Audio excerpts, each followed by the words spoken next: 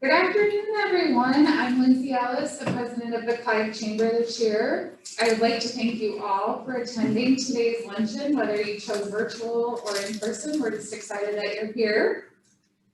Before we get started, I want to thank our sponsor, Service Master by Rice. We have Cole Onsteds here today, and we're representing them, and we want to thank him for being there and thank you for supporting today's event. For those of you that are in the room, if you haven't met Cole, please make sure you do so before you leave today. All right, now for the main event. We are honored to have Mayor Scott Saxena here today to share the state of the city of Clive. Mayor Saxena is currently serving his third full term as mayor.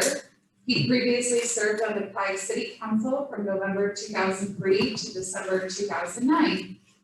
He represents the city of Clive on several councils and boards, which include the Metro Advisory Council, Dallas County Mayors, the Board of Bravo Greater Des Moines, the Central Iowa Regional Drinking Water Commission, Mid-Iowa Association of Local Governments, and the Clive Community Foundation. In addition to these, he is a member of the Clive Lions Club, Clive Historical Society, and the Iowa Motor Truck Association. Please join me in welcoming Mayor Saxena.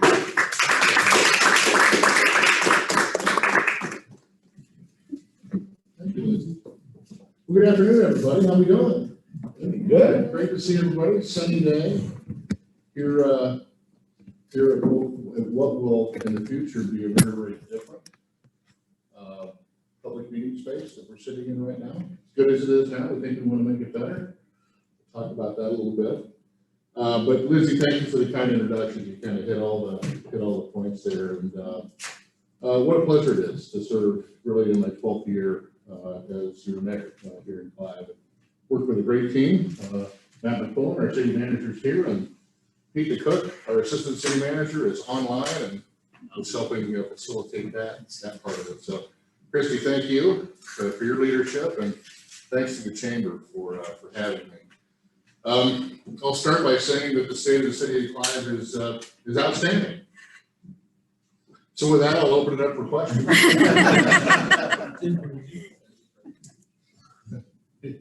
So a couple of things. So if I'm gonna suggest to you that the state of our affairs in the city of Clive is outstanding, I'm gonna give you a few reasons why. I have a few of them up here. By the way, this presentation, there's a lot of verbiage here. I'll pick through some of it. But it's available. Christy has it electronically. If you'd like a copy of it, I can share with you. It's 7 slides, so not too much.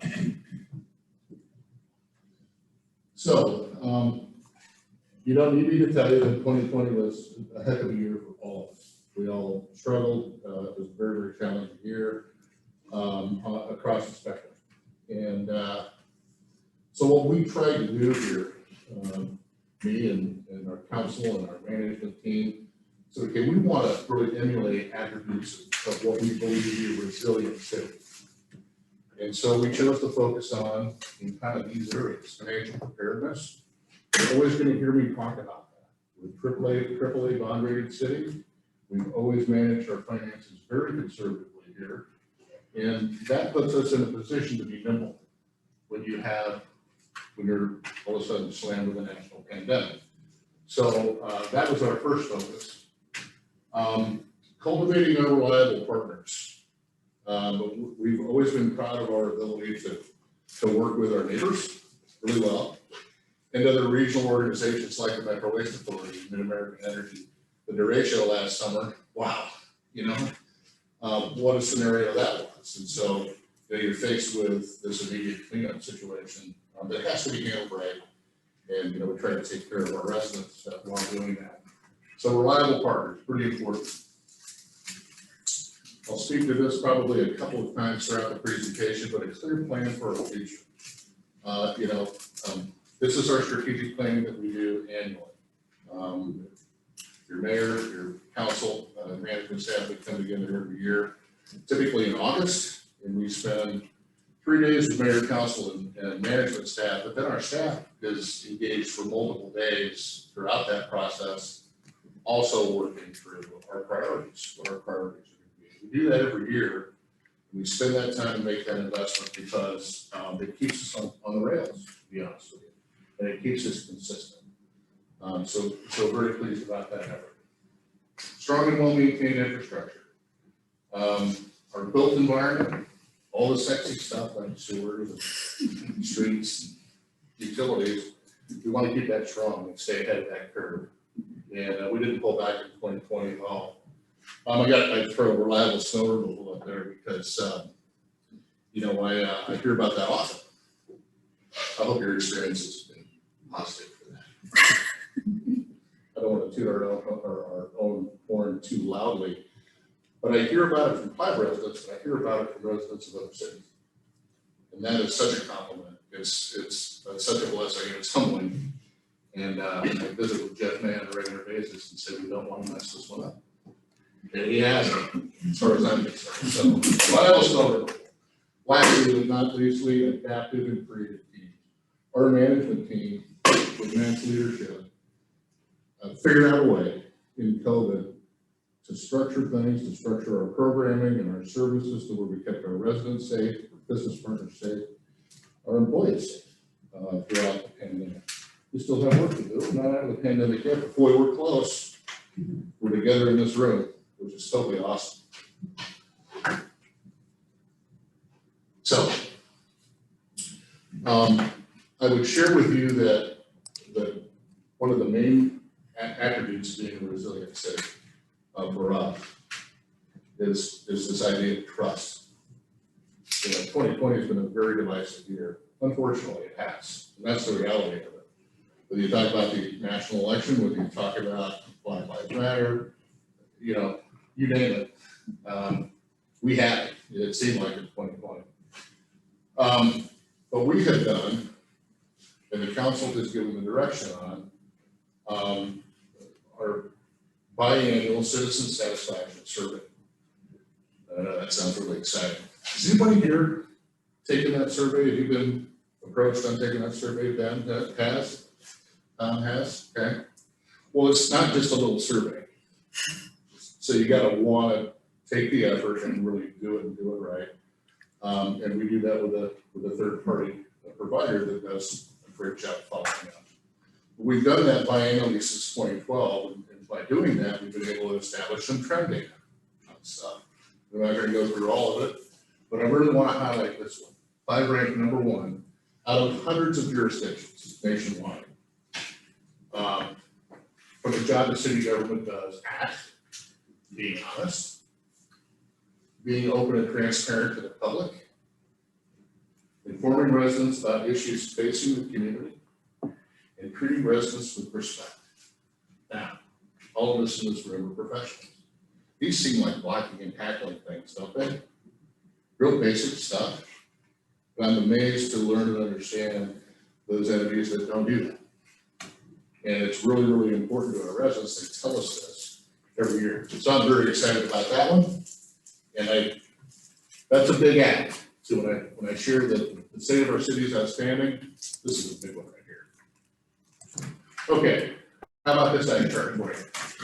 Again, this presentation will be available. So I'm going to focus on the top strategic goals. Then they call out a couple of things below.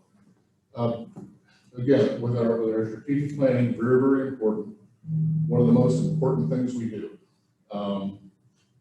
These goals rise to the top every time. And the #1 is be a financially sound city, providing services valued by our community, by our customers, by our residents, business partners. Have resilient city facilities and infrastructure.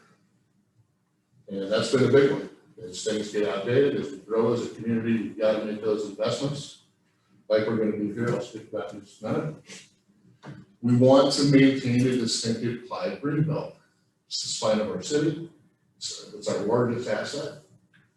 We are known for it, and we want it to be distinctive and great. And we want to be a great place to live, a premier location for families. We have a tremendous business community here, but we also know that we're distinct from the standpoint that we have premier residential neighborhoods that are great places to live, that are unique and different. People tell us that all the time. we have a unique identity. So when you come into Clive, you know you're here. And we get told that quite often. But one of the things that I'll come back a little bit to really this idea of financial preparedness, being good stewards of what you provide us, your tax dollars and your trust. You know, this could be the 6th year in a row for us of holding our city levy rate at $10.14. That's the 3rd lowest in the metro. Technically, it's the 2nd lowest in the metro, but I won't get into that. We all see and read the paper, particularly the last couple of years. The property tax assessments are increasing 10%, et cetera. We're not doing that. We're part of the overall tax structure, but really our goal is to be consistent in what we do and provide that highest level of service. Really, really critical that we do that. Property values can go all over the board all the time. We can't control that, but we can control what we can control, and that's that $10.14. So pretty excited about that. Can you tell I'm excited about that? All right, in the 2021 construction season, we're going to invest over $26 million in significant projects. The latest one, and I'm personally proud of this one, will be our 44,000 square foot public safety facility at Hickman and 86, next to Stuff Incorporated. We've worked on this for over a decade, trying to find the right mix of funding, location, structure. Do we do police by itself or fire by itself, or put them together, or just what do we do? But this is a big one. We're going to be happy to open that at the end of this year. Over $8.7 million spent repairing and reconstructing our streets, sewers. Next phase of Clark Street. Spoke to a couple of folks about that today. That's a big one, and we've had just a ton of public input there. So I really appreciative of our team and our residents that have participated. Now, this is the cool thing. Clive residents know how to step up and participate. And we've got several initiatives going on right now where that's happening. So it makes it, we get such better results when we do that. So we're looking forward to this year. COVID did not slow that project at all. We thought it was going to at the very beginning, but we determined it would not. And we move forward. The last thing I would say is that over $2.5 billion in improvements to the Greenbelt Landing and the Triad projects. This is the Greenbelt Landing where we are now. This building will be transformed as part of this project, and really everything else as it relates to the grounds, access, visibility, connection to the Greenbelt will be improved dramatically, and we're really excited about that. The Triad projects are 3 significant projects. This is one of them, the first one. The next one over at Campbell Park, and then the third one will be, at 100th Street, next to Porter Shelter, which we're going to move out of the floodway and get that going. So I'm really excited about that. But these projects will occur over the next 6 years or so, combination of public and private funding, and this will be the first one. So stay tuned. And if you want to learn more about Triad projects, we've got it all over the website. So kind of winding down here, we've got another initiative going on, and this comes back to that regional collaboration. We're working with West Des Moines on this Connected Corridor initiative and study. You don't need me to tell you that University Avenue has a lot of concrete and a lot of 80s development or pre-80s development stuff that I grew up with and others. Now we got to figure out how we're going to take that to the next level for our future. And what better way to do it than with our neighbors? Let's combine together and let's work through it together. We have our first meeting coming up, big one with council members jointly on March 15th. A lot of work being done behind the scenes, before that. But so this meeting will really kick it off from a public and official perspective. So pretty excited about that. This next one is called Create Clive. Somebody heard about this? It's okay if you haven't. Ben has. I'll tell you what caused this to happen.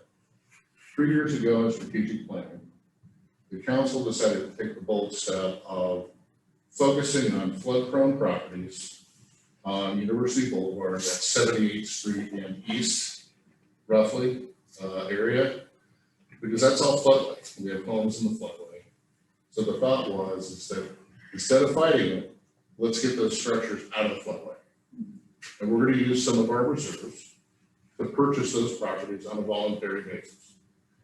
And that was a pretty bold step to say, we want to do this. Then we thought, well, what's the area going to look like? And we pull these structures out of the ground. And so that really spawned this whole visioning and planning opportunity called Create Clive. We've had a full series of public sharing events where we meet with public and private stakeholders, residents, business owners, et cetera, to talk about hey, how do things exist now? What would we like to see? What could this look like in the future? We really expanded the scope of this effort, not just down in the area that I mentioned, the flood-prone properties, but really kind of what we're calling this District 1 for 86th Street neighborhood, from Primrose Park development, just on the west side of 86th Street, and east. And it's been phenomenal to hear some of the thoughts and ideas come out of our session so far. Well, long way to go, okay? But I think we're making a great start. This is a bold one. This will be a game changer for the East End of Clive. Really exciting. And then lastly, and this is really, really exciting for everybody in this room, it's water resources management. Okay. I was with our regional mayors meeting last night. We had Ted Corrigan on, who's the CEO of the Boyne Water Works, and to listen to him talk through the priorities of the Boyne Water Works and all the things that they're working on. The typical person doesn't understand how important this is. You may have read over time that Clive is very much engaged in water resources management. And we've really kind of stepped out front as a leader in that area. And that's great. We do it because we have a creek that flows through most of our city. And we're kind of the bottleneck of the Walnut Creek watershed. So all the water comes through here. And so we have to manage these things. We've nibbled around the edges from the standpoint of, hey, it's not just stream bank stabilization, stormwater detention, but it's the water distribution, drinking water distribution system itself, and many other things. So this plan really gives us a blueprint to approach that in a thoughtful manner going forward.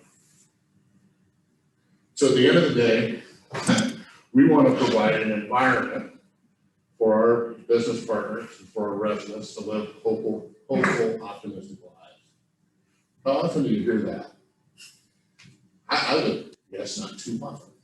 But that's the environment that we're creating. And I think we're doing that. We're excited about it. This team is totally engaged to that effort. But just consistently delivering these high quality services, maintaining our fiscal discipline, creating opportunities for good health and personal growth. I had to plug this in here. We're so excited to have Clive behavioral health in our community now. Just opening up, going through their certification process, the mission that these men and women have to change the lives of children and adults in this state is game changing. So excited that they're here and they're just getting started. So we want to walk beside them and support them.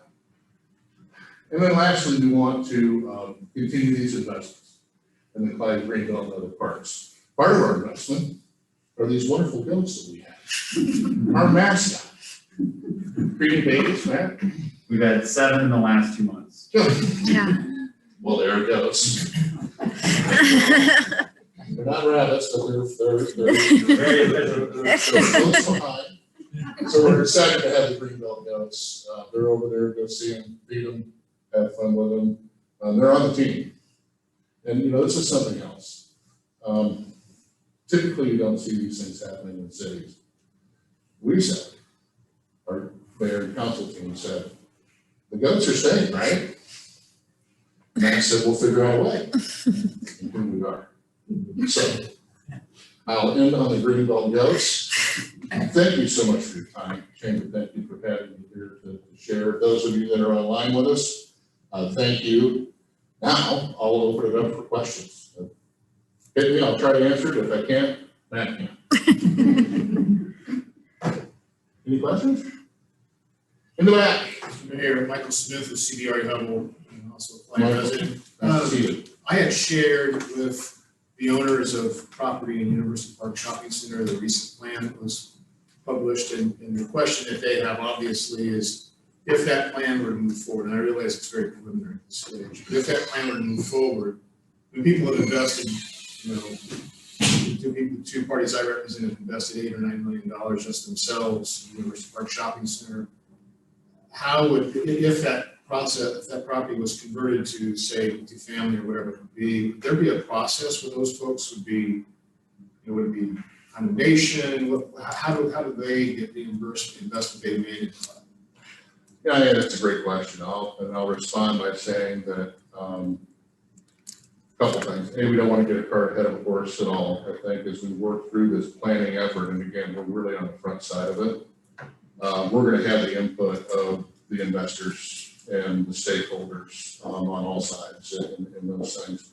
We don't want to do anything that really doesn't make sense. And so we want our stakeholders to be a part of that process. So that's the first thing I would look for. I would hope that our record of how we conducted ourselves here in Clive with our business partners, property owners, et cetera, over time would show that we don't do anything drastic, that we want full input and collaboration. I think that's the key. So I would look for that. I would encourage you to be a part of the process any way that you can, and just stay in touch. It's all about communication. So stand by. We're still very much on the front side of that. Others? Christy, they're being really quiet. That's concerned. What? Yeah. When will the new police fire station open? End of this year. November. Come heck or high water. Really, the project, thank you for asking. The project's going very well. And really for the most part, good weather has blessed us. So we want to get it up and get it going. And then as we work on, create Clive in Ethel First District, our old public safety center is part of that. And so what's the vision there? And it's really giving us the opportunity to work on that and work with the neighborhood about what that could look like. And so lots of great things to come as that facility opens. And that facility, by the way, working with our partners in Urbandale, huge collaboration effort. It'll save our taxpayers millions of dollars because they're staffing us with their Station 43 in the Northwest neighborhoods, which causes us not to have to build a facility and staff it ourselves. So we're doing it with a joint arrangement. And then we're going to do the same thing out here. And our standards of coverage then cover this east, southeast area of Urbandale. We spent a lot of time on that. Probably one of our greater accomplishments, I think, by the time it's all said and done. So it's amazing what one building can spawn in terms of all these other good things that can happen. So thanks for that question. Yeah. Any others? Sir? Will Clive have any say in the remodel of Valley West Mall and how that gets developed? That's a good question. So what we're doing is obviously working really hard on that. I know some bold plans have come forward, some pretty significant investment plans have come forward. We haven't, unless there's something that I'm missing. But What I would add to that is Clive's at the table in those dialogues, or as the mayor alluded to, there's some kind of joint workshops between the elected officials. And so our council, mayor and council, is at the table as the city of West Des Moines is evaluating those same considerations. And so while we won't necessarily have a say in terms of the decision, we, with the relationship that our council has with the West Des Moines Council, which is very close for a lot of reasons, we definitely can have some influence, or at least provide some perspective on it, because of course we have significant residential neighborhood just across the street to the north. And so that Valley West property, whatever it turns into, will be to the benefit of our community as well. And so again, not direct decision making, but with the collaborative manner that we historically have had. And that shows us even in this planning effort, the majority of the property that's being evaluated in this corridor study is on the West Des Moines side of the street. It's kind of University to West Sound Parkway and east of the interstate. And then we kind of have pockets along University, but we're treated just like a partner in that effort. And so definitely will be conversations, but ultimately it will come down to the city of West Des Moines and decisions they make, but we'll be at the table to provide our perspective. Yeah, thanks, man. I think the other thing to point out is that the water on the West Des Moines side of the street flows to the Clive side of the street. So we're pretty interested in that. Good question. What others do you have? I mean, you got an open forum here, folks. Let's have a conversation and so if you have questions, we want to sure take them. Yeah, Ben. Can you guys talk about what you're going to do with the green belt? I know we straightened it out a little bit going west here from where we're at, even a little bit further east here going west, where it's getting around some of those tight turns, especially if you're biking or you're walking and a cyclist is coming towards you. Are we addressing that going east now? I know there's some tight turns through there, and you can see the Walnut Creek, how it's gotten much closer to the trail in certain spots. Is that happening this year? Is that for the future? Is that part of that 2.5 million? It's for the immediate future, and Matt can lend his commentary, but really both the Campbell Park and the Porter Shelter projects do a lot to the trail in terms of providing better visibility, moving the trail away from the creek, getting things up out of the floodway as much as we possibly can. It's been a goal of ours, and we've been doing it for, I'm going to say, loosely the last 10 years at least. You know, a repair, repeal and replace, if you will, Sure. of a segment of the Greenbelt Trail in a given year. And that's just part of that's like, you know, we're from, you know, I'll call it $500,000 every time we do that. This project, though, down 100 is going to be a significant project, and it's really going to provide. It's going to take it all of that and make it so much better. So that issue is on our minds every year. Sure.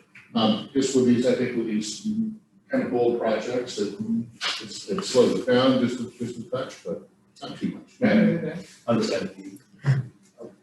What I would say too, like the traditional replacement projects that we've been doing the last number of years, we're taking a pause on some of those because of these bigger greenbelt triad projects, which will have the trail reorientation incorporated into it, particularly like the Porter Shelter area in terms of how it runs along the creek there.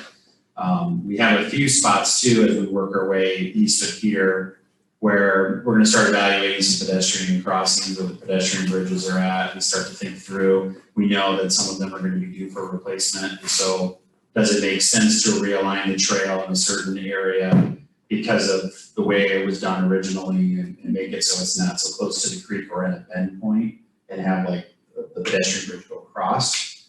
So those are some things that we're looking at and evaluating right now. But the kind of the core replacement program that we had there for a number of years, it's not as high level right now, but we're going to definitely come back to that. And to further that, looking out west, actually extending the Greenbelt Trail west of Alice's Road in the coming years as well. So that if you've been out there to Shadow Creek neighborhood, really the core development area of the community right now, our goal is to connect the extended trail to Westgate Bridge, which is a new bridge we just finished last fall that goes across Little Walnut Creek, so a tributary to Walnut Creek, get the trail to that point and eventually get the trail further west to Waukee.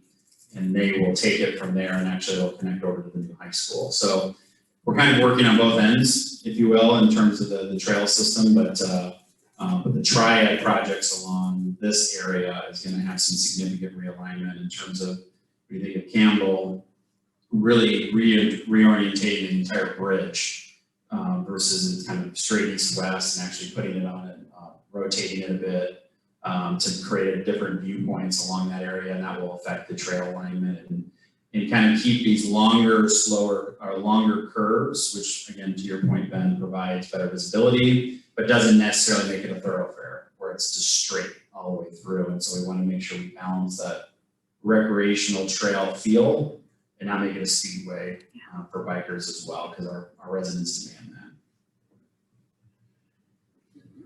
that. Go ahead, John. Is anything happening with the schools? Let's see. I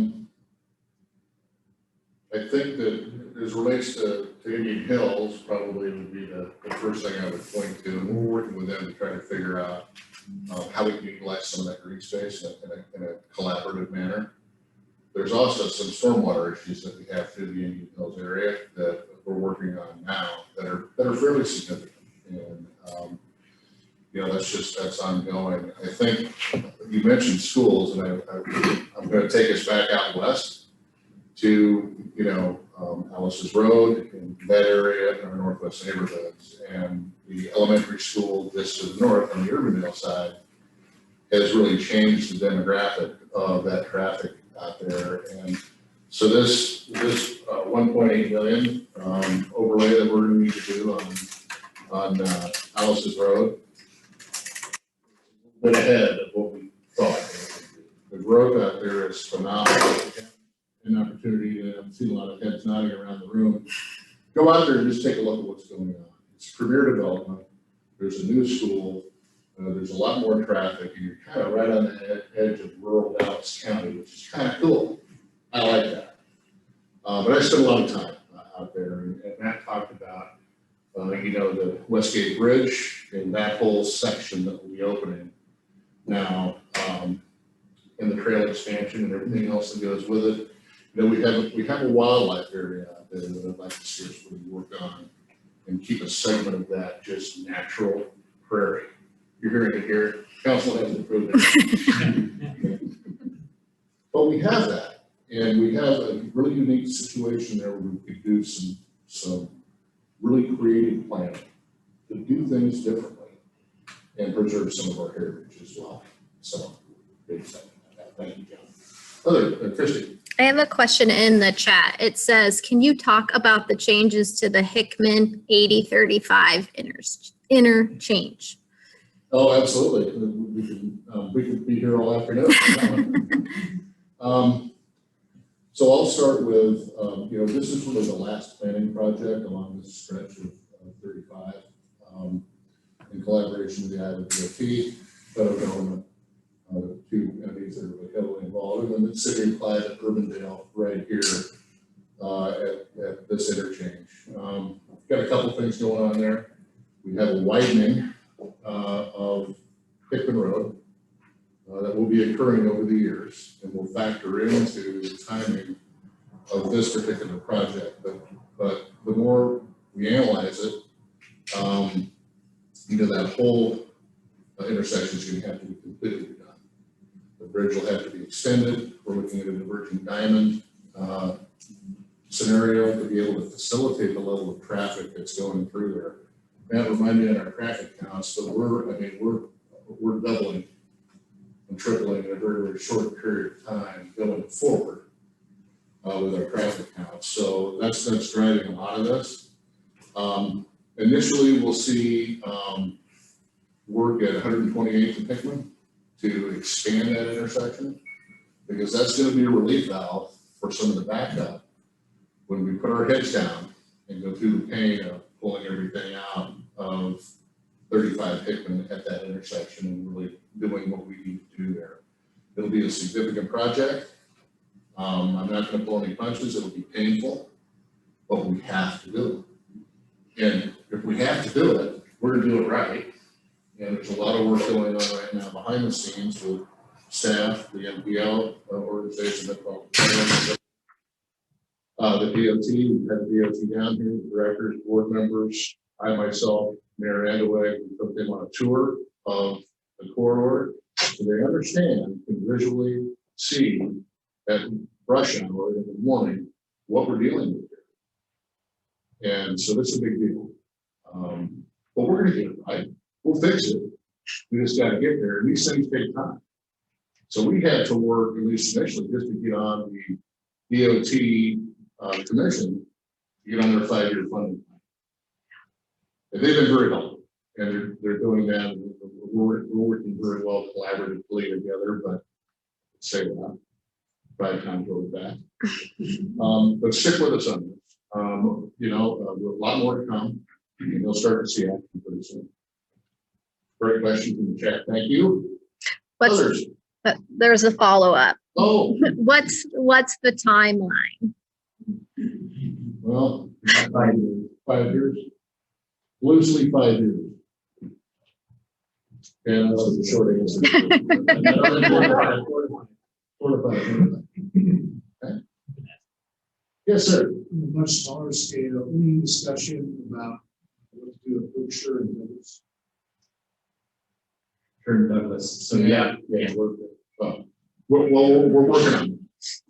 So we work with, obviously, the neighbors brought up the pitch down. And I know it, and I understand it, because I cross that way often in my drives, as I would reply, and I do that every week. So I think it's important. And you can't see, if you're going north, you can't see westbound traffic the way that hill grade is structured. So now we have a 4-way stop coming in. recommendation comes. Yeah, there'll be a recommendation coming to the council here in near term meeting, probably by April, to start kind of with an initial phase of putting a 4-way stop in there. That location is ultimately planned for some kind of traffic control, whether it's a signal or a roundabout at some point in the future, but the traffic counts just aren't there to warrant a signal. It was barely there to even warrant a 4-way stop, but with the school being right there adjacent, and a lot of other factors pedestrian wise, there'll be a recommendation coming to the council to put a 4-way stop in. That's fun. So we'll just be adding stop signs in Douglas. And then there'll be a lot of enforcement that'll have to go on initially. That'll be quite the adjustment for that particular corridor initially, where we'll have flags and a whole lot of things happening to draw people's attention to it, but that'll be an adjustment. You think that will be before the next school year? Yes. You hear the yes back there? Okay, I think something else on that. Who knows how much it costs to put up a 4-way signal, traffic signal? Rough number. 20,000. We'll start at 20,000. Give me $100,000. About $500,000. Okay, so these are significant investments. I know Matt talked about traffic counts, and traffic counts drive a lot as it relates to those type of investments. But this is a different situation if you alluded to. So that's why we're starting. We're starting small, and we'll graduate to larger solutions there. But I'm proud of our residents coming forward and saying, look, this, we've got a situation. Let's work together to fix it. Great question. Others, we're on a roll here. Let's keep it going. Until I can't answer them. Oh my goodness. Well, okay. We'll wrap it up here. Again, Christy and Lindsay and Chamber, thank you all for allowing me to come and share with you today.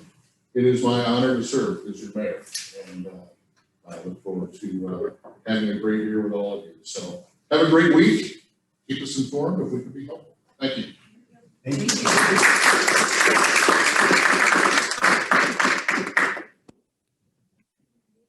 Thank you to Mayor Zerxina for taking time to join us today. We really appreciate your partnership with you and the city. Thank you also to Service Master by Rice. We appreciate your sponsorship.